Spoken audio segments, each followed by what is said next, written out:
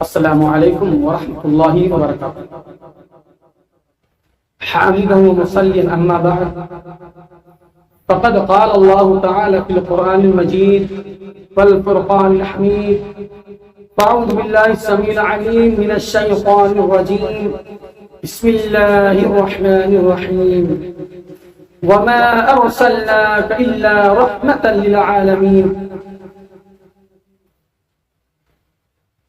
حضرات گرامی قدر، نوجوان ساتھیوں، اللہ سبحانہ و تعالی نے تمام انسانیت کو پیدا فرمایا، اسی کے لیے حمد و ستائش ہے۔ بعدہ انگن بے شمار درود و سلام کا تحفہ نازل ہو آقا نامدار احمد مجتبی محمد مصطفیٰ سرکار دو عالم صلی اللہ علیہ وسلم پر، جن کو اللہ سبحانہ و تعالی نے اس کائنات کے لیے رحمت للعالمین بنا کر کے مبعوث فرمایا۔ حضرات گرامی قدر،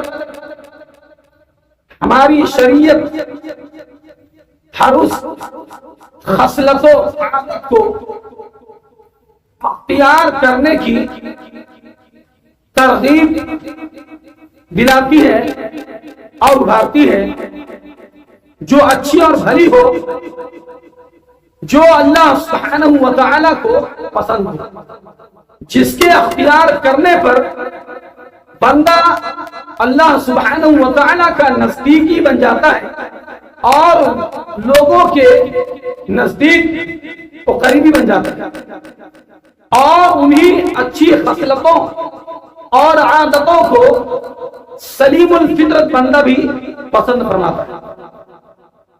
اسی کو مکارم اخلاق اور حسن اخلاق کہا جاتا ہے۔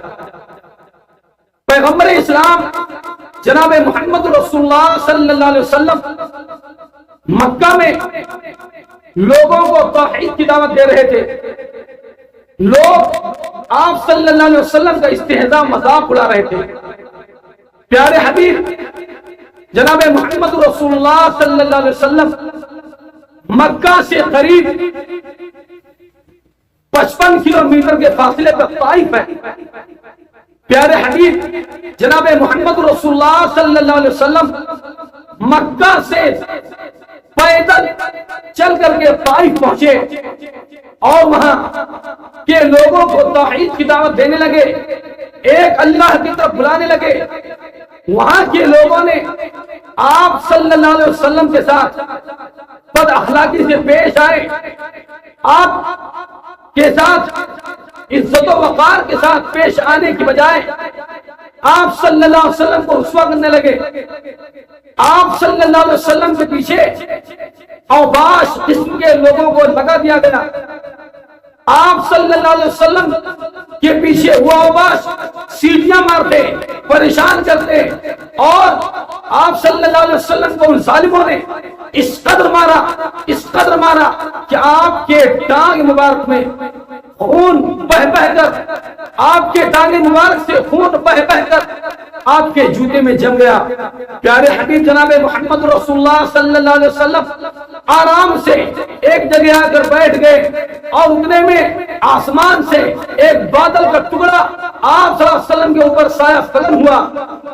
حضرت جبریل علیہ السلام کا آسمان سے بحکم ربی نزول اجلال ہو رہا ہے، ملک الجبال بھی آ گئے ہیں۔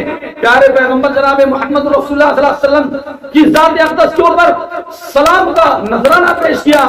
حضرت جبریل علیہ السلام نے کہا کہ اللہ کے حبیب، یہ ملک الجبال ہیں، آپ کے اوپر سلام کا نذرانہ پیش کرتے ہیں اور آپ سے اذن طلب کرتے ہیں کہ آپ اجازت دیں، آپ صلی اللہ علیہ وسلم حکم فرمائیں طائف کے لوگوں کو ان دو پہاڑیوں کے بیچ میں رکھ کر پیس دیا جائے۔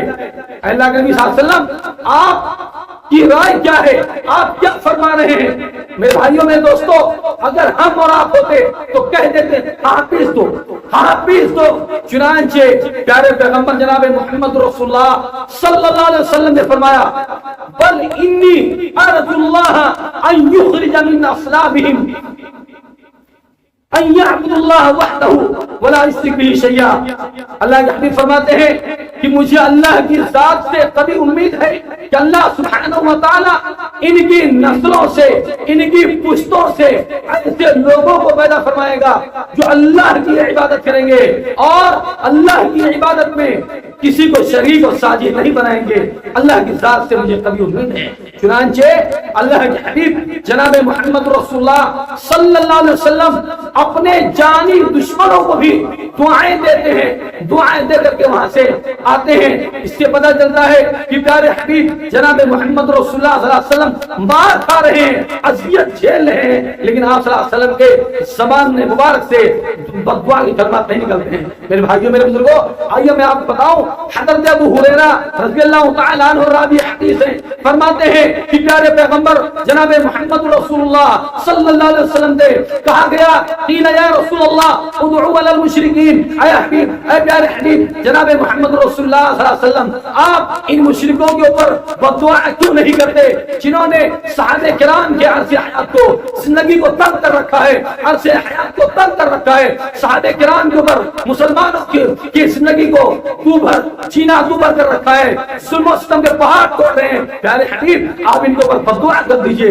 اللہ کے حبیب فرماتے ہیں وَإِنَّنِي لَمُعْبَعَثُ اللَّعَانَ، کہ اللہ سبحانہ و تعالیٰ نے مجھے لعن و طعن بھیجنے والا بنا کر کے دنیا کے اندر مبعوث نہیں کیا ہے، بلکہ اِنَّنِي بُعِثْتُ رَحْمَةً، کہ اللہ سبحانہ و تعالیٰ نے مجھے رحمت بنا کر کے بھیجا ہے. میرے بھائیو، میرے بزرگوں، اللہ کے حبیب جناب محمد رسول اللہ صلی اللہ علیہ وسلم کا یہ اخلاق تھا. اور آج ہم اور آپ سراسر سی باتوں کے اوپر آپ دیدہ ہو جاتے ہیں، سراسر سی بات ہم برداشت نہیں کر پاتے ہیں. عالم ہو، مفتی ہو، خطیب دورہ ہو، فضلا ہو، دعوت کا کام کرنے والے ہو، والد ہو، لہذا کسی کی بات کو برداشت نہیں کرتے ہیں. صحابہ کرام رضوان اللہ علیہم اجمعین کی زندگی کا مطالعہ کرتے ہیں، ان کی سیرت کو پڑھتے ہیں تو اس سے پتہ چلتا ہے وارثین انبیاء بھی، صحابہ کرام بھی، اور جو ہے اس امت کے عظیم شخصیتوں نے دعوت اللہ کا کام کرنے والوں کو دنیا نے مارا ہے، پیٹا ہے. صحابہ کرام نے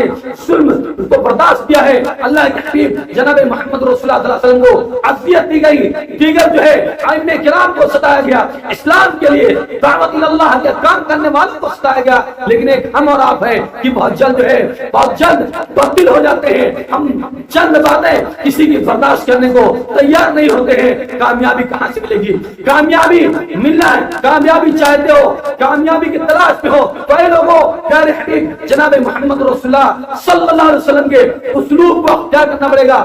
آپ کے طریقے کار پہ عمل کرنا پڑے گا، آپ کے طریقے پہ چلنا پڑے گا.